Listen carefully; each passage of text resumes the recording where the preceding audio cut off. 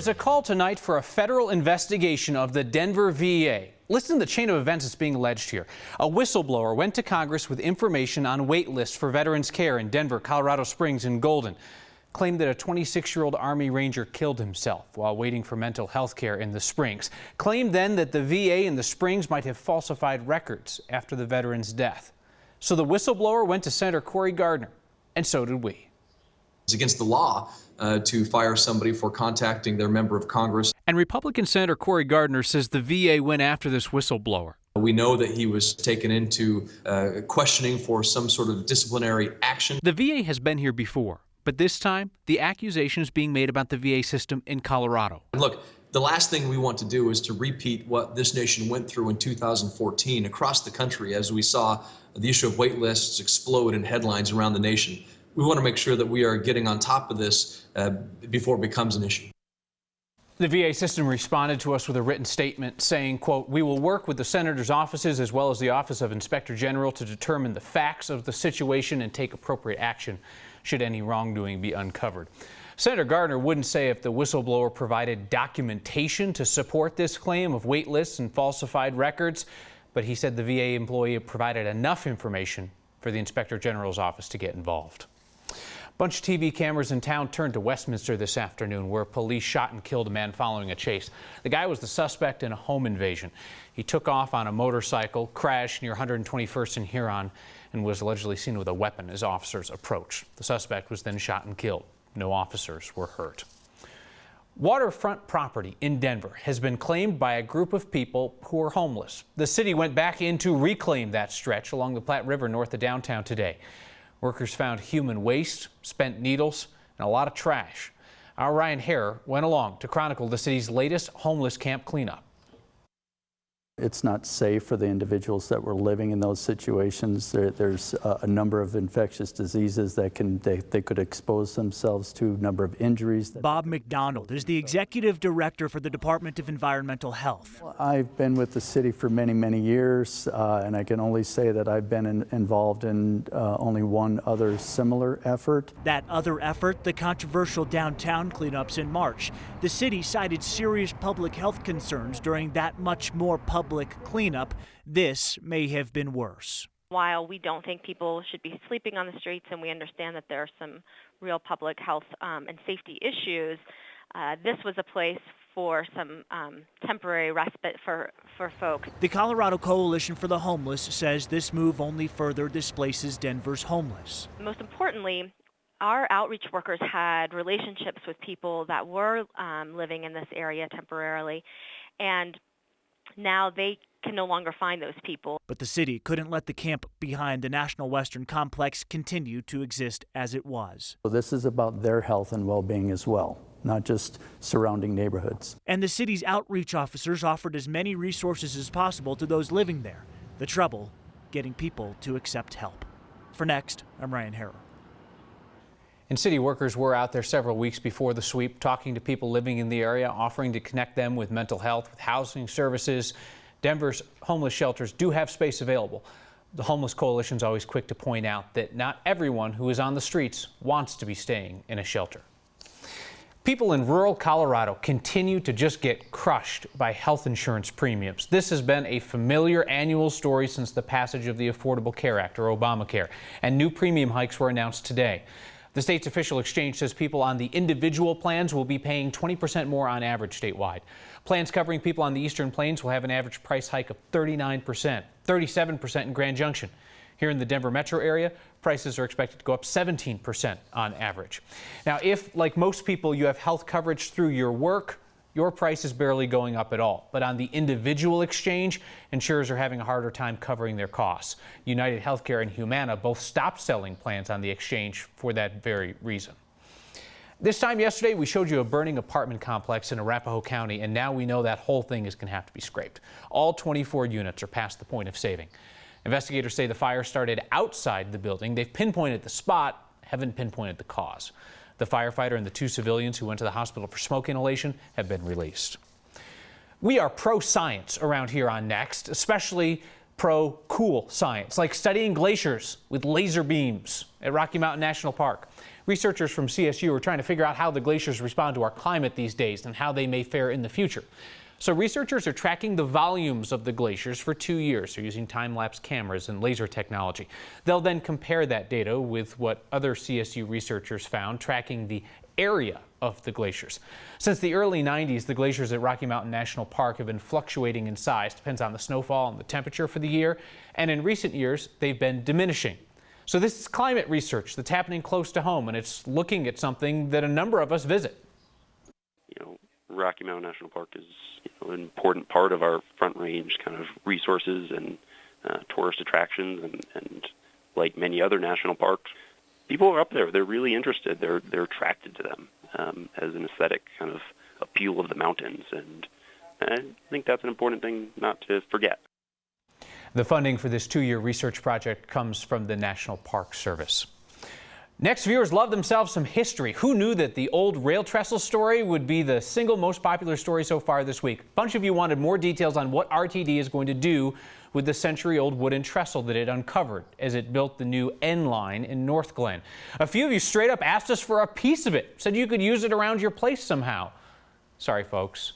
RTD says once the Historical Society came out and gave the all clear, RTD demolished the bridge and the splinters of wood were taken to the landfill. So, no luck decorating your trendy new apartment with reclaimed old wood, you hipsters. The Douglas County Sheriff's Department is about to deal with a deluge of idiots. There is a stack of cash sitting in the sheriff's lost and found. They gave our Steve Stager some vague details about it because they know Steve is just slippery enough to try and claim it himself. Usually when the cops turn to the public for help on something, they give quite a few details. So we're reaching out to the community, hoping that we can reunite the money with the owner. In this investigation, they're being a bit more vague, and probably for a good reason. The owner will have to give us some information to prove that it is their property. Being a good member of the media, we offered to help, sharing as many details as they'd let us. I made a couple of flyers with as much information as I could. The cash was located or found in a parking lot, a business parking lot in Highlands Ranch in the town center area. So it could have been here or here. We also know the cash was lost sometime in August, and that it totals in the hundreds, though they won't say what denominations. They aren't sharing any of that information because they don't want people trying to claim what isn't rightfully theirs, and they know they'll deal with people calling in anyway. So it ties up our phone lines, and we end up spending a lot of time and energy dealing with those people when we're just trying to find the owner. So come on, people, don't be a jerk. Take the lead of the Good Samaritan in all of this. They found hundreds of dollars in the parking lot, and they took the higher road and turned it in. I think there's a lot of good people out there. This just illustrates it.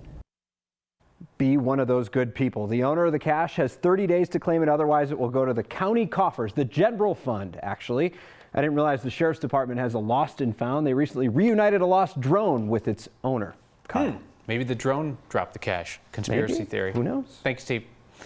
There's a big Hollywood divorce that's dominating headlines today. Headlines and jokes, which is too bad because divorce isn't funny, even if the couple is famous and has a popular nickname. And you know, one relationship doesn't give us a whole lot of insight into the broader picture of marriage today. Government statistics show that more than 1.6 million people get divorced each year in the U.S. A few of those people will be famous. Most aren't. Just people who came to the conclusion they're better off apart. 800,000 marriages dissolving into 1.6 million single people. That's about twice the population of San Francisco. Marriage is pairing people at more than double that rate each year. 2.1 million marriages a year nationwide. That means 4.2 million people are coming off the market. That's a number larger than the population of L.A. In Denver, more than 5,000 marriage licenses have been issued so far this year. The most popular month for marriage licenses? August. A lot of happy newlyweds out there. And some unhappy ones too. It's unfortunate. But unlike your ex, the numbers don't lie. There are political ads running on our air from a group called Coloradans for Coloradans. It's like they're not even trying anymore. We've ordered up a truth test with a side of scrutiny for their latest ad. And we'll wash it down with a beer, featuring a civics lesson thrown in for free. Then, Brandon Marshall, up from bended knee. He's standing for something today.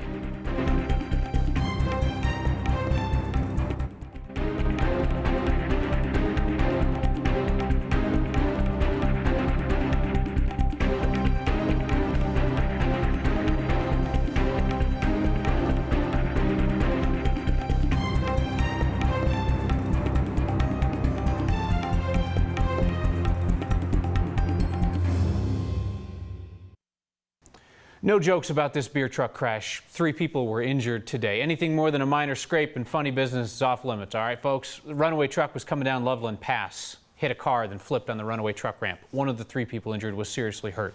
Pass was closed today for cleanup and investigation. We're sending good thoughts to everybody involved.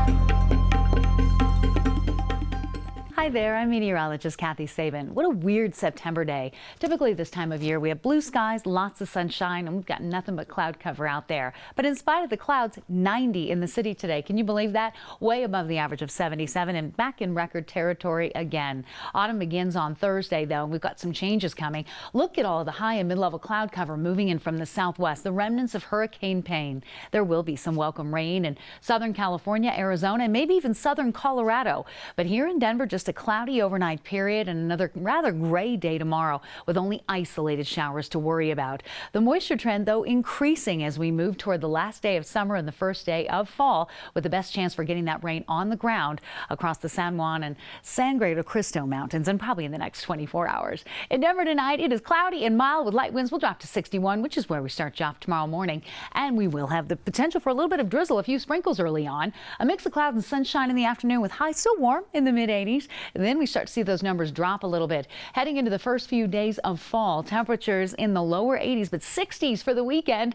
And you know what? The autumnal equinox is this Thursday, 8:21 in the morning. And the first few days of the new season, certainly going to feel like it. The opposition argument against Colorado Care is essentially what David Spade's character says about the bumbling fool played by Chris Farley and Tommy Boy. You know, when they're on the airline and he's fumbling with the blow-up life preserver. He's a big dumb animal, isn't he, folks? The first ads against Amendment 69 suggested that it was too dumb to work, and now a new round of ads suggests it's too big. Politics guy Brandon Riddiman has your truth test.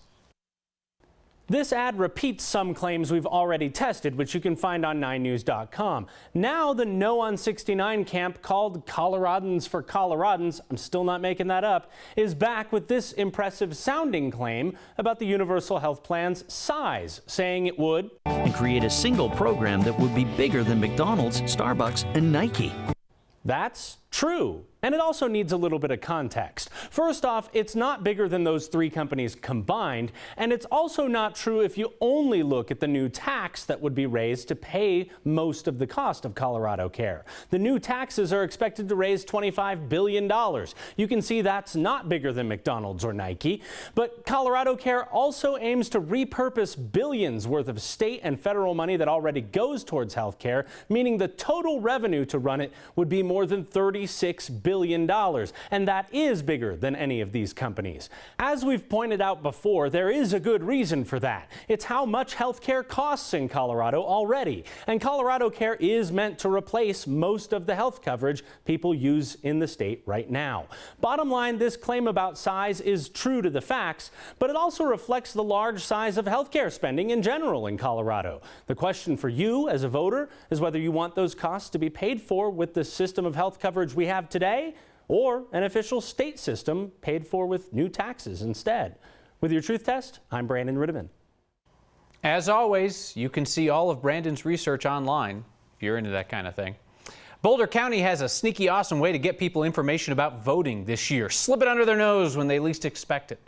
The county's kicking out these coasters to bars, breweries, restaurants. So next time you're knocking one back in Boulder County, talking way too loudly about your political views in a public setting, you will have information right there on how to text to register to vote, plus info on how to make sure that your ballot makes it in on time. So cheers to civic engagement. I've had the dream. You've had the dream. The question is, why do so many of us have this one particular nightmare? And how Denver keeps on trucking. Failure is pretty much not an option in this industry. What we never knew about the city's fleet of food trucks. Next. The most Colorado thing we saw today was painted by Lisa Diane Martin. This weekend, she made it to the top of the last 14er that had eluded her in her quest to paint a landscape from atop each of Colorado's tallest mountains. It took her 2 years, 2 months, and 2 days to summit all 58 14ers and create those 58 paintings. She posted her final painting on Instagram and wrote, "Many good days, many hard days, many all-nighters. I learned what my limits were and were not. Photojournalist Chris Hansen, whose work often appears here on Next, is putting together a spectacular story about Lisa and her quest, and we'll be sure to give you a heads up on when that's going to air. CJ Anderson is taking the bold step of putting his name on something, unafraid if it puts a bad taste in a few people's mouths. That does seem unlikely, though. CJ's new product is actually a line of cereal unveiled today, CJ's Mile High Crunch. Don't listen to the haters, CJ. They'll still buy your cereal, even if they write in to make fun of it every night. All right, time to get serious, because Brandon Marshall is getting serious about his pledge to go beyond public protest and to be a positive force for change in our community. Today, he stopped by 2 elementary schools in Denver, Greenlee and Val Verde. He went to challenge kids there to improve their attendance rate, to get it up to 95%. After he was criticized for kneeling during the national anthem in protest of racial inequality, Marshall's been getting involved. He met with Denver's police chief to ask some questions about law enforcement practices, to learn more about how they operate. Now this outreach to encourage kids to value education more. He's also donating $300 for every tackle he makes to organizations creating change in Denver. Next question.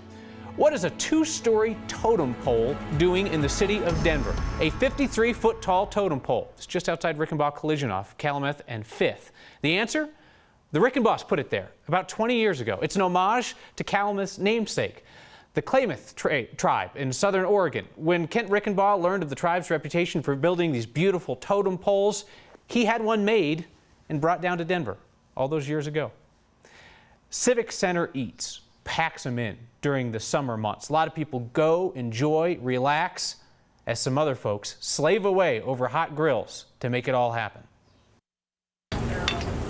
Cheddar or smoked Gouda? My name is Shannon Hardenbrook, and I'm the owner of the Mac Shack. So if you put it on the hot side, you can go with it. I'm Jesse. I'm a chef of Justice Smoking Nola, the owner.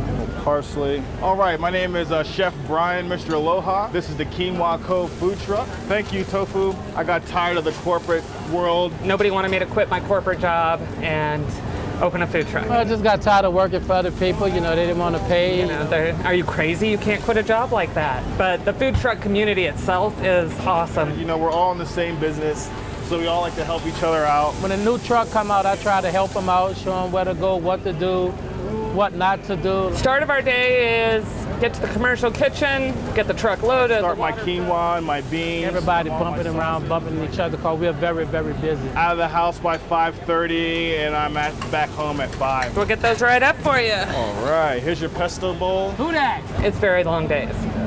I wouldn't trade it for anything. So to be able to, like, out of the gate, just knock it out of the park has been the best part of it. I love my business, I love what I do, and I love my customers. I want to keep on doing it till I can't do it no more. Who dat? Hey, may I make a recommendation? This is where we point you towards something, anything that isn't ours, but is awesome. Bet you've had the dream. I've had the dream. Most of the people on the Next team have had the dream. The dream where you're back in college, back in school, and you realize that you haven't gone to class. You know, finals coming up, or you need the credit and you're not prepared to pass. The Washington Post says that dream is actually really common. They talked to a neurologist and a psychoanalyst about it. There are a bunch of conclusions about what it means in this article that we're referring to you. But the biggest conclusion is people with type A personalities and achievement-related stress may be more likely to have this dream again and again. You can find a link to this recommendation on our Facebook page where you can make your own. Your feedback came pouring in tonight. Recently on the tweeter, Brian Ludwig, props for the shout out to science. Too many non-believers out there. Keep up the great work. We'll keep pushing science. We kind of think that's vital. Joshua Shell, what has Kyle been smoking? I got a bunch of vices, Joshua. That isn't one of them. James Smith, Kyle Clark, a Trump-supporting lib, beer-drinking, alt-lifestyle supporting reporter with a basis. James, turn on your spell check. You mean bias. Reporter with a bias. See you next time.